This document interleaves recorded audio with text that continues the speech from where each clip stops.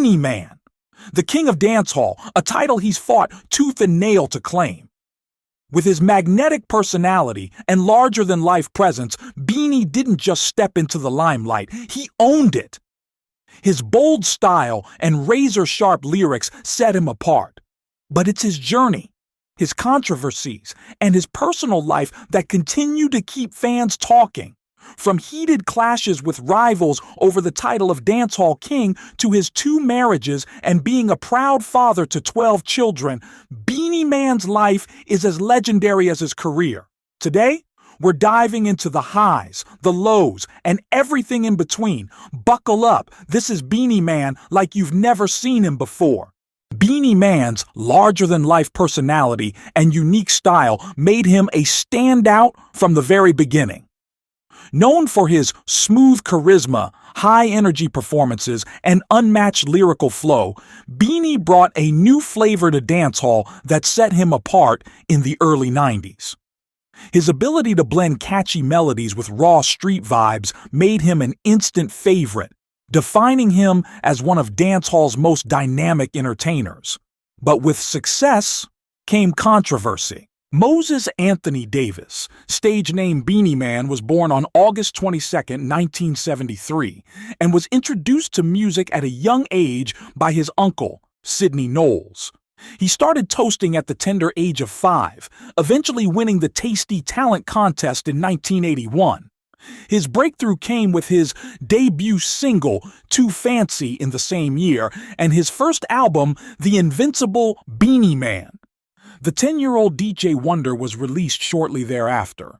By age 10, he was already working with producers and releasing his first tracks, but it wasn't just his talent that set him apart, it was his undeniable charisma and flair that captured audiences everywhere. Whether it's the flashy outfits, his energetic stage performances, or his unmatched ability to make people move, Beenie Man is an icon who has redefined the sound and style of dancehall. Beenie Man's early career truly began to take off in the early 1990s, after years of honing his skills alongside dancehall greats like Ninjaman, Admiral Bailey, and Shabba Ranks. During this period, he became associated with Shocking Vibe Studio, where he recorded several singles, though his success was initially moderate. However, a pivotal moment in Beenie Man's career came in 1992 when he performed at the Reggae Sunsplash Festival, a major event in Jamaica's music scene. This performance earned him recognition, and his rivalry with Bounty Killer the following year added even more fuel to his rising fame. The 2 artists' feud, sparked by accusations that Beenie had stolen Bounty's style and catchphrases, became a significant part of both their careers. This clash was later captured on their 1994 album Guns Out, which helped cement their rivalry in dancehall history. However, they eventually settled the feud through a sound clash, a hallmark of dancehall culture. In 1993, Beenie Man scored his first Jamaican #1 hit with his single Matey, produced by Ephraim Barrett, Donovan, and Dave Mills. That same year, he won the DJ of the Year award, kicking off an incredible streak of winning this award for 8 consecutive years. This success marked the beginning of Beenie's reign as one of the dominant forces in dancehall music. In 1994, Beenie Man underwent a pivotal transformation in both his career and personal beliefs. Influenced by his producers Sly and Robbie, who encouraged him to cover Bob Marley's iconic tracks Crazy Bald Head and No Woman No Cry, Beenie Man's rendition of the latter topped the Jamaican charts and expanded his musical reach. Around this time, Beenie Man embraced the Rastafarian movement, following in the footsteps of several contemporaries, although his spiritual journey was more complex. He clarified in 2005 that while many believed he had converted to Rastafarianism, his actual religious background lay in the Ethiopian Orthodox Church to which he was baptized as a child, and he identified with the Judah Coptic faith. 1994 also marked Beenie Man's signing with Island Records, leading to the release of his critically acclaimed album Blessed, which solidified his reputation on the international stage. The album showcased his ability to blend dancehall with more conscious and soulful themes. The following year, Beenie Man continued to expand his influence, touring the United Kingdom and reuniting with Barrington Levy to record an updated jungle version of Levy's classic hit Under Me Cincy. In 1995, Beenie Man continued to solidify his status in the dancehall scene through a series of powerful collaborations and releases. He worked with Dennis Brown and Tristan Palma on the album Three Against War, and joined forces with Mad Cobra and Lieutenant Stitchie for the project Mad Cobra Meets Lieutenant Stitchie and Beenie Man. These collaborations help showcase Beanie's man versatility, seamlessly blending his style with both roots reggae legends and fellow dancehall artists. His notable work with Lady Saw on the track Healing, Sanchez on Refugee, and Michael Prophet on Gun and Bass added further credibility to his growing influence. 1996 marked a critical year for Beenie Man's rise to stardom, as he released the Maestro album produced by Patrick Roberts. This project not only shot Beenie Man to fame in the UK, but also established his dominance in the Jamaican charts during the mid to late 1990s. With hit after hit, Beenie Man became a strong contender for the title of Dancehall King, which had previously been held by Yellowman in the early 1980s.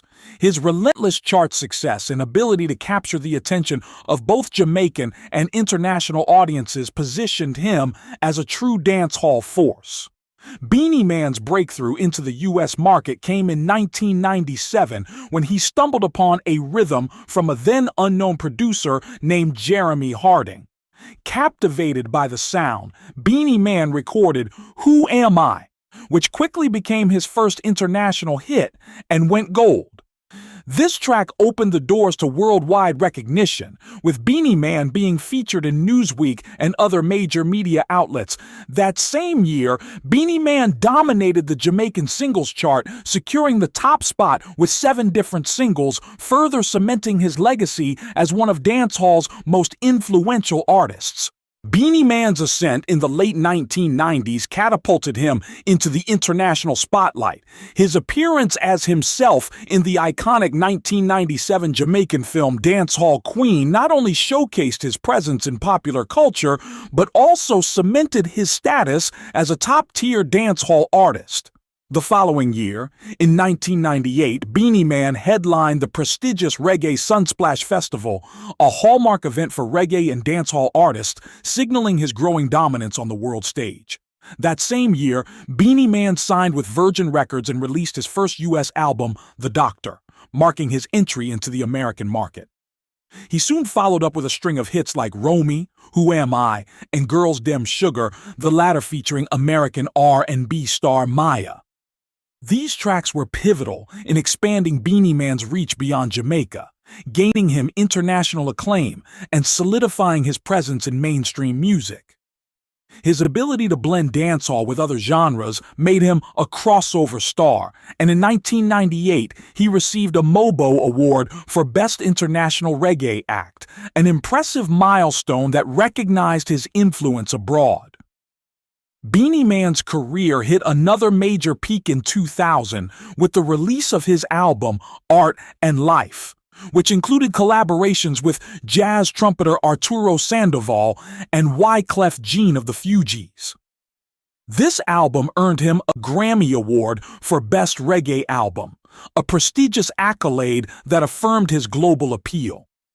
He also co-produced actor Steven Seagal's debut album that same year, showing his versatility and influence within the industry.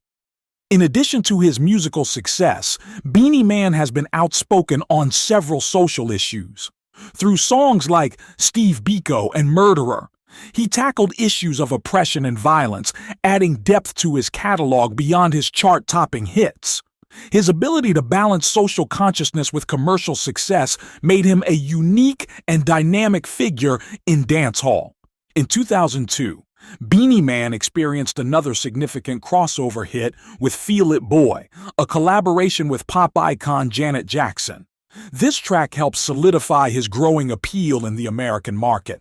However, it was the release of the remix of Dude in early 2004 featuring Miss Thing and Shauna that truly elevated Beenie Man's status in the US.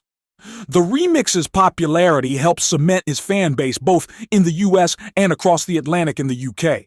Throughout the late 90s and early 2000s, Beenie Man also enjoyed considerable success in the United Kingdom. In 1998, his hit Who Am I reached number 10 on the UK charts. He continued this success in the early 2000s, landing several hits: Street Life number 13, Feel It Boy number 9, Dude, number 7, and King of Dancehall, number 14. This run of chart toppers underscored his versatility and consistent presence in the global music scene. By 2004, Beenie Man's dominance in the dancehall genre was widely recognized. The Associated Press even referred to him as having become a name-brand artist worldwide, and declared him the king of the dancehall reggae scene. This title was especially significant as Beenie Man had long been embroiled in the ongoing debate over who truly deserved the crown of the King of Dancehall, a title that had been fiercely contested between him and other dancehall heavyweights, including Bounty Killer and Yellow Man. The feud between Beenie Man and Yellow Man revolves around the title King of the Dancehall. Yellow Man, who rose to prominence in the 1980s, has long held this title due to his influence on the genre.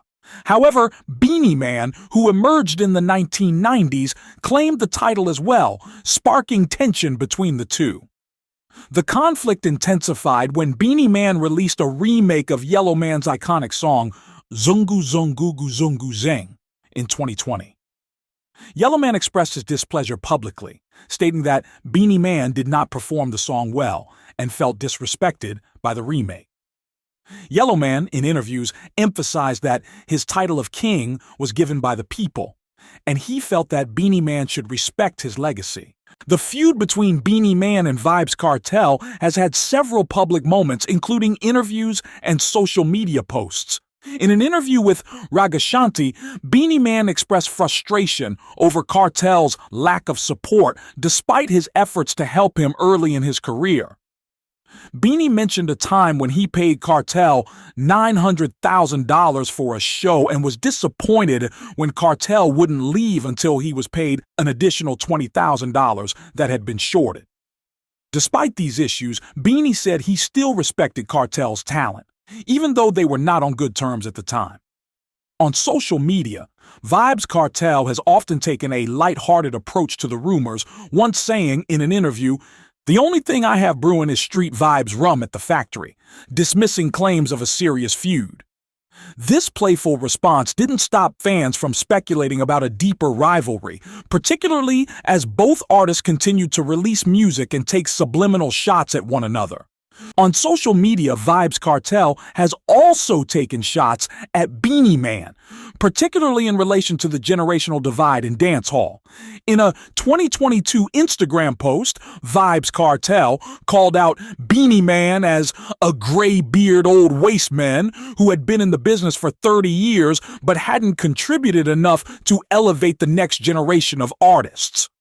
This was seen as a response to Beanie's criticism of the newer trap dancehall sound that Kartel has been associated with, further fueling the tension between them. Beenie Man's first highly publicized marriage was to dancehall artist D'Angel, who was previously in a relationship with his rival, Bounty Killer.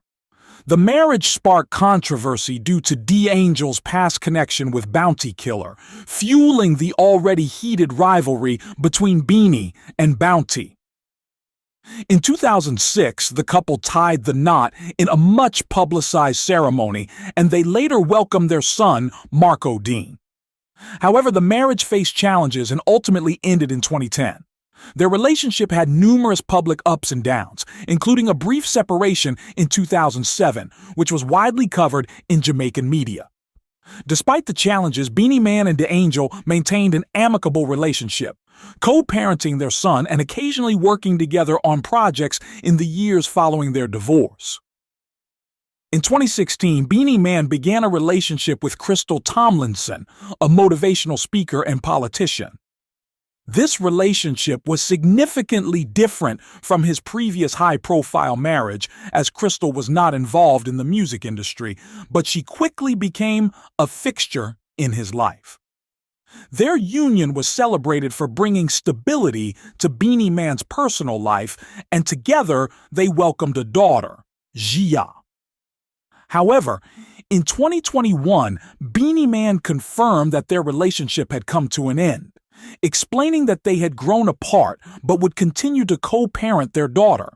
Overall, Beenie Man is the proud father of 12 children ranging in age from toddlers to adults. Despite his demanding career, he has always emphasized the importance of family and fatherhood, often sharing moments with his kids on social media. His role as a father is a significant part of his life, and he's frequently spoken about the challenges and joys of raising a large family. While the dynamics between his children, former partners, and his career are often a source of public interest, Beenie Man remains dedicated to being an involved father, frequently celebrating milestones with his kids. Beenie Man, known as the King of Dancehall, has built a substantial fortune over his 40-year career.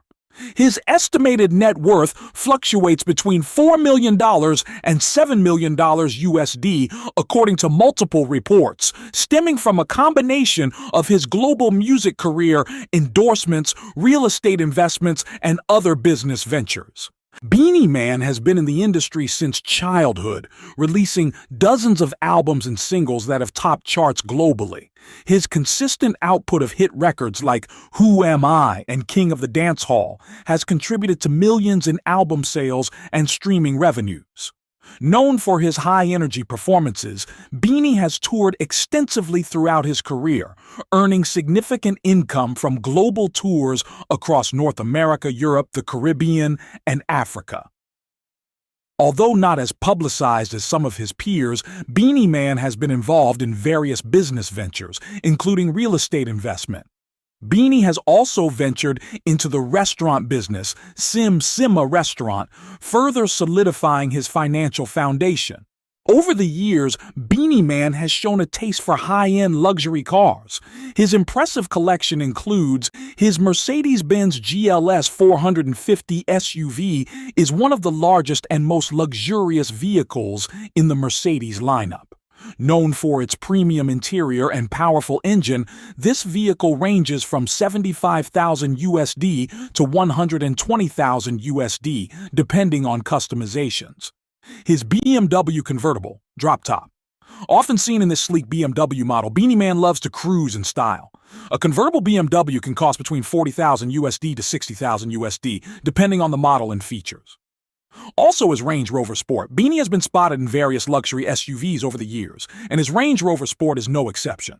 This car typically costs $70,000 USD to $100,000 USD and is a popular choice among celebrities. In addition to his cars, Beenie Man has shown interest in motorcycles, which he sometimes shares glimpses of on social media. His passion for vehicles aligns with his high-energy personality and the prestigious image he has built in music and beyond. Beenie Man's jewelry collection reflects his high-profile lifestyle as one of dancehall's most iconic figures. His jewelry pieces often include large gold and diamond-studded chains, bracelets, and custom lion head pendants. With the crown on top, he's seen frequently during public performances and social media posts. Beenie Man, known as the King of Dancehall, proudly displays these pieces alongside awards showcasing a mix of both his musical achievements and style influences in dancehall culture. His collection adds to his charismatic presence in the dancehall scene. Beenie Man's journey from the streets of Waterhouse, Kingston, Jamaica to international superstardom is one of resilience, talent, and controversy. His multi-million-dollar empire, luxurious lifestyle, and career achievements are undeniable. Yet, the ongoing debate over his title as King of Dancehall, his personal trials, and his ability to rise above it all make his story even more fascinating. Whether you see him as the undisputed king or not, Beenie Man's influence on dancehall is unquestionable. Thanks for tuning in. If you enjoyed this deep dive, be sure to hit that like button, subscribe, and let us know in the comments. Who do you think is the real king of dancehall? Is it Beenie Man, Vibes Cartel, or the original Yellow Well, Man? I We feel want to hear great your and I feel thoughts. like a proper Jamaican. I've been recognized by the country, been recognized by the government. And it's the greatest feeling to be recognized by your own government. Because I've been recognized all over the world. And now, we will receive everything that we work for. Because like Grammy Awards, I've been nominated for 4 Grammys. I've been nominated for 4 Mobos Awards. I get awards all over the world. But to be recognized in your own country, because remember I'm a Jamaican that lives in Jamaica. So to be recognized by your own government and by your own country is greatest achievement that you can have as a Jamaican.